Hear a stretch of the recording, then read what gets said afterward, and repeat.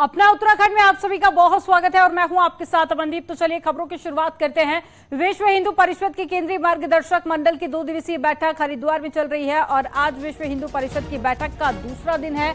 आपको बता दें कि मार्गदर्शक मंडल की बैठक में सीएम पुष्कर सिंह धामी पहुंचे हैं। मुख्यमंत्री ने संतों का माला पहनाकर स्वागत किया और कहा कि उत्तराखंड का इस्लामीकरण नहीं होना चाहिए और देवभूमि की पवित्रता बनी रहनी चाहिए। आज मीटिंग में पास हो सकते हैं कई अहम प्रस्ताव। आज समान नागरिक संहिता और साथ ही जनसंख्या नियंत्रण कानून जैसे विषयों पर भी चर्चा हो सकती है। तो वहीं कल पहले दिन वक्फ बोर्ड मंदिरों पर सरकारी कंट्रोल पर भी चर्चा की गई थी।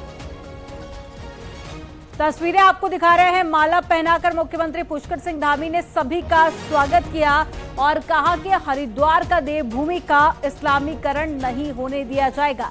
इस बैठक में कई अहम मुद्दों पर चर्चा की जाएगी। सबसे मुख्य मुद्दा जो माना जा रहा है समान नागरिक संहिता, इसके अलावा जनसंख्या नियंत्रण कानून पर भी चर्चा आज हो सकती है। तो बैठक देखिए जारी है। बैठक खत्म होने के बाद ही जानकारी निकलकर सामने आएगी कि क्या कुछ निष्कर्ष निकलता है इस बैठक का।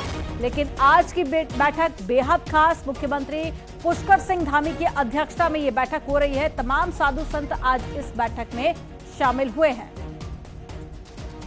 तो बैठक का दूसरा दिन है। कल भी बैठक हुई थी, पहला दिन था और कल भी कई मुद्दों को लेकर चर्चा की गई थी। मोदी जी की सरकार बनने के बाद अयोध्या में राम मंदिर का काम कर सकते। इसी प्रकार से एक और बात कि समान नागरिक संहिता पूरे देश के अंदर लागू होनी चाहिए। उसका सौभाग्य भी आप सब संतों के आशीर्वाद से देवभूमि उत्तराखंड को मिला और हमने उसके लिए कमेटी का गठन कर दिया।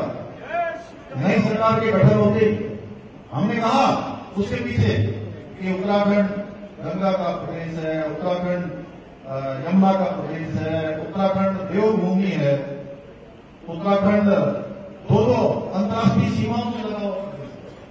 इस प्रदेश का प्रत्येक परिवार से कोई न कोई सेना में है या अर्धसैनिक पदों में है, देश की सीमाओं की रक्षा करता है। इसलिए उत्तराखंड के अंदर रहने वाले प्रत्येक व्यक्ति के लिए एक समान कानून होना चाहिए, चाहे वो किसी धर्म का हो, किसी पंथ का हो, किसी समुदाय का हो, किसी विशेष श्रेणी का हो, सबके लिए एक समान कानून होना चाहिए। इसकी मांग आप सब उठाते हुए मुझे आप सबको बताते हुए खुशी हो रही है कि आप सबके आशीर्वाद से जो कमेटी हमने बनाई थी वो कमेटी ने अपना 90% से ज्यादा काम कर लिया है और 30 जून तक वो कमेटी अपनी रिपोर्ट देने वाली है। उत्तराखंड राज्य ऐसा राज्य होगा जहां पर समान नागरिक संहिता का कानून लागू होगा। और आप सब संतगणों से मैं यह भी प्रार्थना करता हूं कि हम तो इस दिशा में आगे बढ़ रहे हैं। उत्तराखंड देवभूमि ने ये काम शुरू किया है तो ये आप सबके आशीर्वाद से और शायद देवों की भी यही इच्छा होगी, इसलिए काम यहां और ज्यादा जानकारी के साथ में दीपांकर भट्ट जुड़ गए हैं। दीपांकर का रुख कर लेते हैं। दीपांकर, कई बातें मुख्यमंत्री पुष्कर सिंह धामी की तरफ से कही गई, लेकिन सबसे खास जो बात रही कि इस्लामीकरण नहीं होने दिया जाएगा देवभूमि का। क्या मायने और क्या ये माना जाए कि कई बड़े फैसले लिए जा सकते हैं इस क्षेत्र में भी? बिल्कुल, क्योंकि विश्व हिंदू परिषद के केंद्रीय मार्गदर्शक मंडल की बैठक का आज दूसरा दिन है और चाहे मुख्यमंत्री की तरफ से बातें कही गई हो, चाहे संतों की तरफ से बातें कही हुई, दोनों तरफ से यही बातें कही गई कि उत्तराखंड देवभूमि है और देवभूमि में जो हिंदुत्व का जो हिंदुओं की जो आस्था है वो आस्था यहाँ पर बरकरार रहनी चाहिए। उस पर किसी तरह का कोई सवाल खड़ा नहीं होना चाहिए।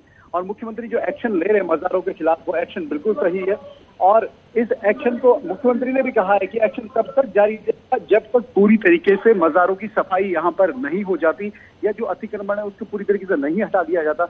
मुख्यमंत्री ने ये भी कहा कि खुद प्रधानमंत्री ने ये बात कही है कि जो कुछ भी इस समय देवभूमि में हो रहा है या देवभूमि को जिस तरह देवभूमि पर काम हो रहा है वो बिल्कुल सही है।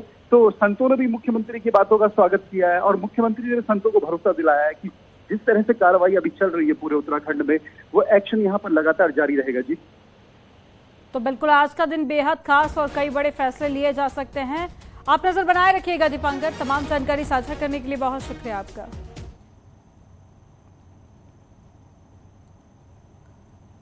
और दिल्ली दौरे पर रहेंगे उत्तराखंड के मुख्यमंत्री पुष्कर सिंह धामी। आज दोपहर 1 बजे दिल्ली पहुंच जाएंगे मुख्यमंत्री।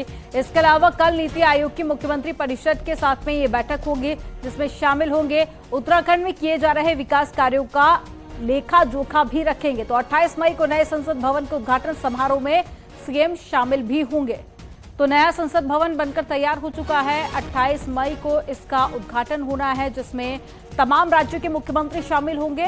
तो वहीं मुख्यमंत्री पुष्कर सिंह धामी भी इस उद्घाटन समारोह में शामिल होंगे। तो अभी मुख्यमंत्री इस वक्त हरिद्वार में मौजूद हैं, जहां बैठक चल रही है, बैठक में शामिल हैं और इसके बाद में दोपहर 1 बजे दिल्ली पहुंचने का कार्यक्रम है। दिल्ली पहुंचेंगे, बैठक है, बैठक में भी शामिल होंगे और उसके बाद 28 तारीख को उद्घाटन होना है संसद भवन का, जिसमें सीएम पुष्कर सिंह धामी शामिल होंगे। कल नीति आयोग की बैठक होगी, बैठक में भी शामिल होंगे। तो ज्यादा जानकारी के साथ में पवन गौड़ जुड़ गए हैं।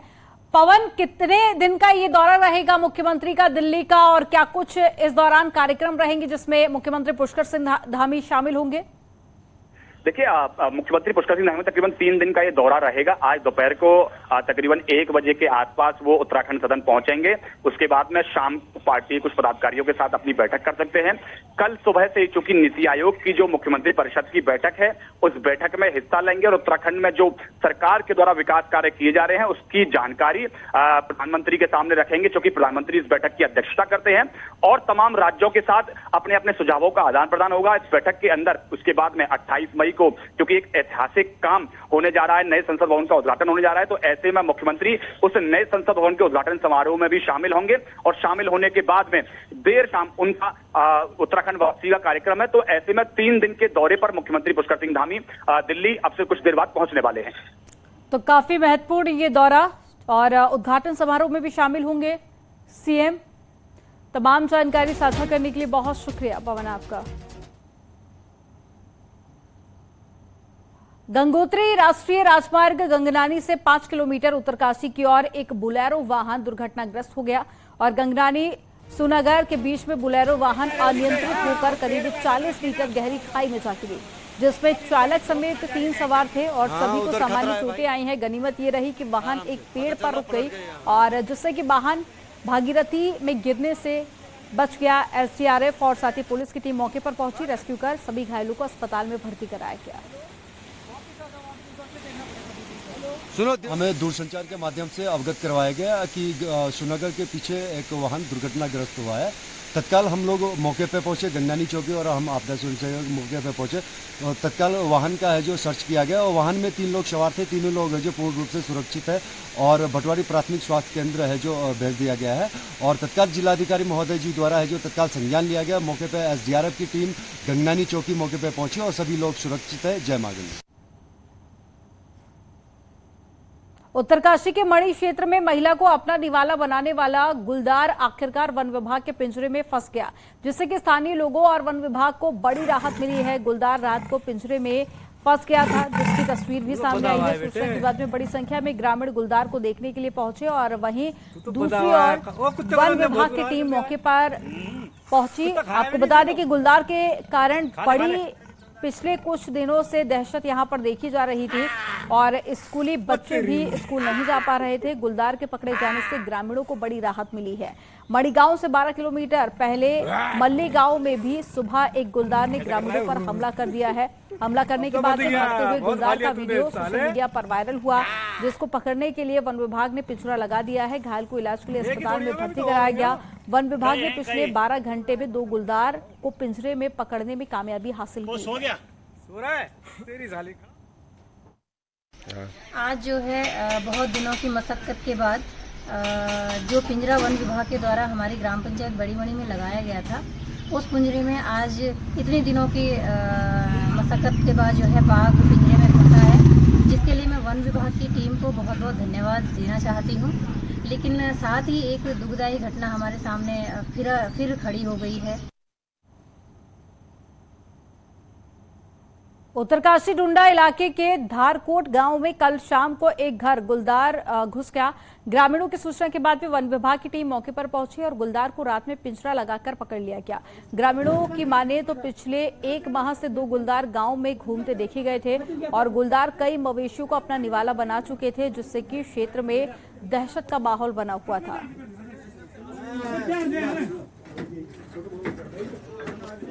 गाड़ी तैयार करो, गाड़ी तैयार करो।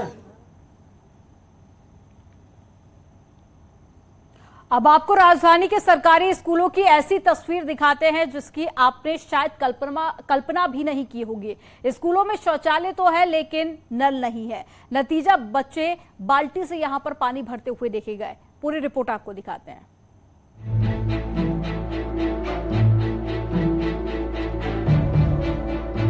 प्रदेश के ये वो नौनिहाल हैं जो देश का भावी भविष्य है, लेकिन इनका ज्यादातर समय या तो पानी भरने में लगता है या फिर टॉयलेट के लिए पानी का इंतजाम करने में लगता है। 1 से 5 क्लास तक के ये बच्चे कैसे पहली मंजिल तक बाल्टी से पानी भर भर कर लाते हैं। कई बार स्कूल में अगर पानी का इंतजाम ना हो पाया तो बच्चे या तो अपने घर चले जाते हैं। पीने का पानी तो बच्चे अपने घर से ही लाते हैं। पानी की टंकी जब से लगाई गई है तब से आज तक वो साफ ही नहीं की गई है। हम वो जो नीचे जो टैंक है, टंकी है, वहाँ से लाते हैं पानी टॉयलेट के लिए। यहाँ वो दिक्कत होती है पानी भरने में, नीचे से ऊपर, फिर यहाँ टॉयलेट में डालते हैं। टैंक जो है काफी दिनों से साफ नहीं हुआ, मतलब मैंने तो देखा नहीं उसे कभी वो टैंक साफ भी हुआ है। तो वो पीने लायक तो पानी नहीं है। बच्चे पीने का पानी तो अपनी बॉटल्स में अपने घर से ही भर के लाते हैं और टॉयलेट वगैरह में बच्चों को दिक्कत हो जाती है। वैसे प्रदेश में 1000 से ज्यादा स्कूलों का लगभग यही हाल है, जहां पानी की किल्लत बरकरार है। हालांकि अधिकारी हर घर जल के तहत पानी और नल पहुंचाने के दावे कर रहे हैं। जीवन मिशन के तहत हमारे लगभग सारे स्कूल आच्छादित हो गए हैं। कुछ स्कूल अभी बचे हैं जो जिनकी कंडीशन ऐसी नहीं है जियोग्राफिकल की वहां पे पानी ले जाया जाए, तो उसमें कहीं ऊंचाई वाले स्थलों पर चिन्हित करके जल जीवन मिशन के माध्यम से वहां पर भी पानी का कनेक्शन दिए जाने की कार्रवाई की जा रही है। ये हाल है राजधानी के चंदन नगर के प्राथमिक विद्यालय का। जब राजधानी के स्कूलों की हालत खस्ता है तो पहाड़ में स्कूलों के हालात क्या होंगे, इसका अंदाजा खुद ही लगाया जा सकता है। न्यूज़ 18 के लिए देहरादून से भारती सकलानी, उन्याल की रिपोर्ट।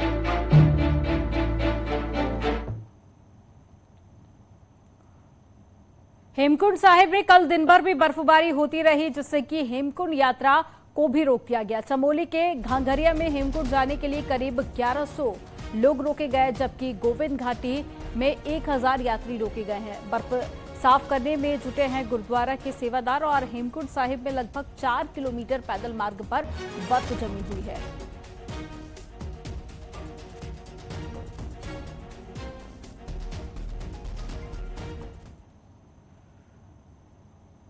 केदारनाथ धाम में पिछले कई दिनों से लगातार बारिश और बर्फबारी हो रही है। इसके बावजूद भी यहां बाबा केदार के दर्शनों के लिए श्रद्धालुओं की तादाद लगातार बढ़ती जा रही है।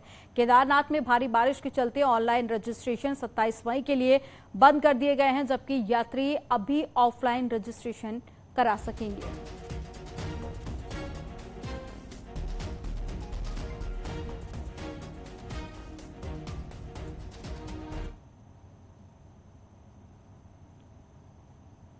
केदारनाथ धाम में पिछले 2 दिनों से लगातार बारिश और बर्फबारी हो रही है। इसके बावजूद भी यहां बाबा केदार के दर्शनों के लिए श्रद्धालुओं की तादाद लगातार बढ़ती जा रही है। कड़ाके की ठंड के बावजूद भी श्रद्धालु बारिश में लाइन लगाकर बाबा केदार के दर्शनों में बेहद उत्सुक दिखाई दे रहे हैं। आपको बता दें कि पिछले 1 महीने की यात्रा में अभी तक 4 लाख से ज्यादा श्रद्धालु यहां पर दर्शन कर चुके हैं और लगातार ये आंकड़ा तेजी से बढ़ता जा रहा है।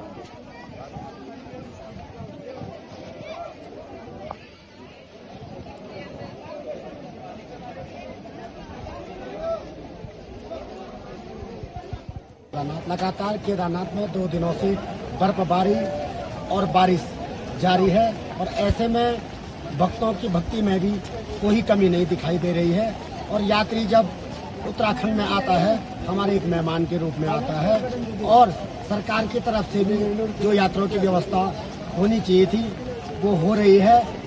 और जब यात्री केदारनाथ में पहुंचता है तो तीर्थ पुरोहित अपने धर्मशाला में ले जा करके उनकी व्यवस्था।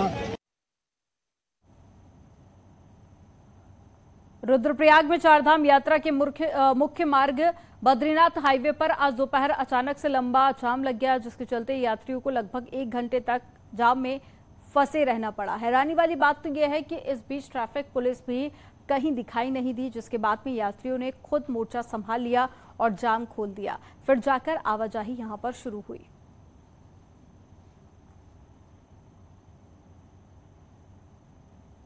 बच्चों से जुड़े किसी भी तरह के सेक्सुअल कंटेंट को देखना, शेयर करना या फिर बनाना गंभीर अपराध की श्रेणी में आता है। और इस मामले में पिछले 1.5 साल में उत्तराखंड में 70 लोगों के खिलाफ मुकदमा भी दर्ज किया जा चुका है।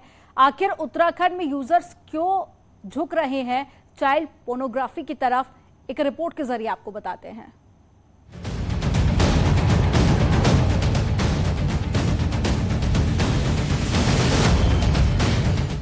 अगर आप फेसबुक या फिर दूसरा सोशल मीडिया इस्तेमाल करते हैं और गलती से कभी आपने पोर्नोग्राफी या चाइल्ड पोर्नोग्राफी सर्च किया है तो सावधान हो जाइए, क्योंकि बहुत संभव है सर्च इंजन आपको सोशल मीडिया में बार बार वही कंटेंट दिखाए जिसे आप पहले ढूंढ चुके हैं।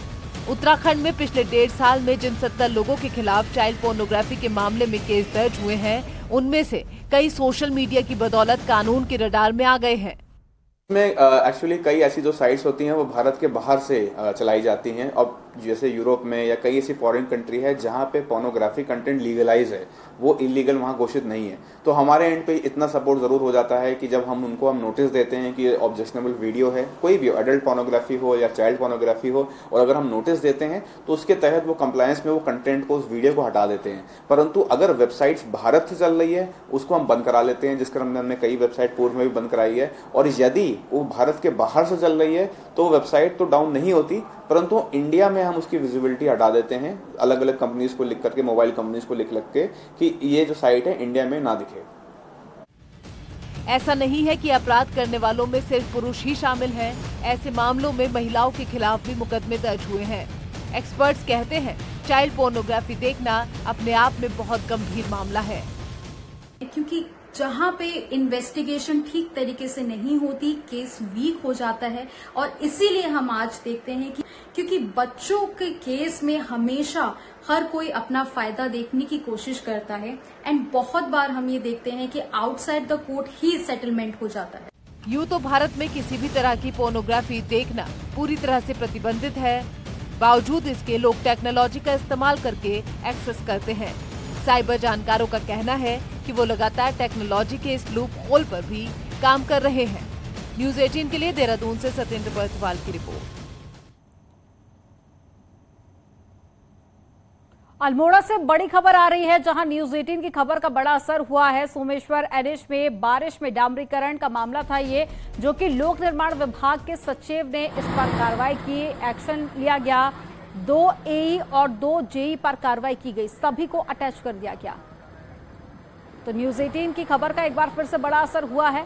अब यह असर अल्मोड़ा में देखा गया, जहां पर सोमेश्वर एनएच में बारिश में डामरीकरण का मामला सामने आया था, जिसे न्यूज़ 18 ने प्रमुखता से खबर को दिखाया, जिसके बाद में कार्रवाई की गई और 2 एई और 2 जेई पर एक्शन लिया गया।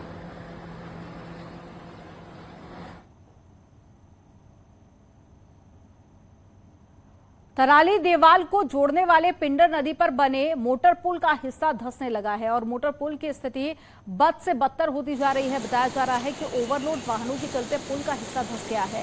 वहीं प्रशासन का कहना है कि पुल स्थिति को देखते हुए बड़े बड़े वाहनों को पुल से आवागमन के लिए रोक दिया गया है और जल्द ही पुल को ठीक कर दिया जाएगा।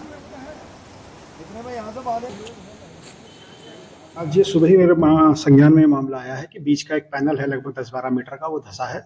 उसमें विजिट भी कर ली गई है, थाना अध्यक्ष भी वहां पे गए थे, हमारी रेवेन्यू की टीम भी थी और ये पीडब्ल्यूडी वाले भी थे। तो अभी इनकी एक संयुक्त रिपोर्ट मेरे पास आनी है, लेकिन प्रथम दृष्टया उसमें यही है कि अभी उसको भारी वाहनों का उसमें आवाजाही को जो है सुरक्षा की दृष्टि से बंद करा जाएगा। और बाकी कुमाऊं में जल्द ही स्वामी विवेकानंद सर्किट बन जाएगा। स्वामी अपने जीवन काल में कुमाऊं के नैनीताल, अल्मोड़ा और साथ ही चंपावत के कई स्थानों पर रुककर अध्यात्म करने के लिए पहुंचे थे और विवेकानंद द्वारा यहां पर कई दिनों तक अध्यात्म करने की भी जानकारी मिली। और इसके बाद में विवेकानंद द्वार का भूमि पूजन के बाद में दक्षिण भारत में और पर्यटकों के बढ़ने की संभावना है। इसी से जुड़ी एक रिपोर्ट आपको दिखाते हैं।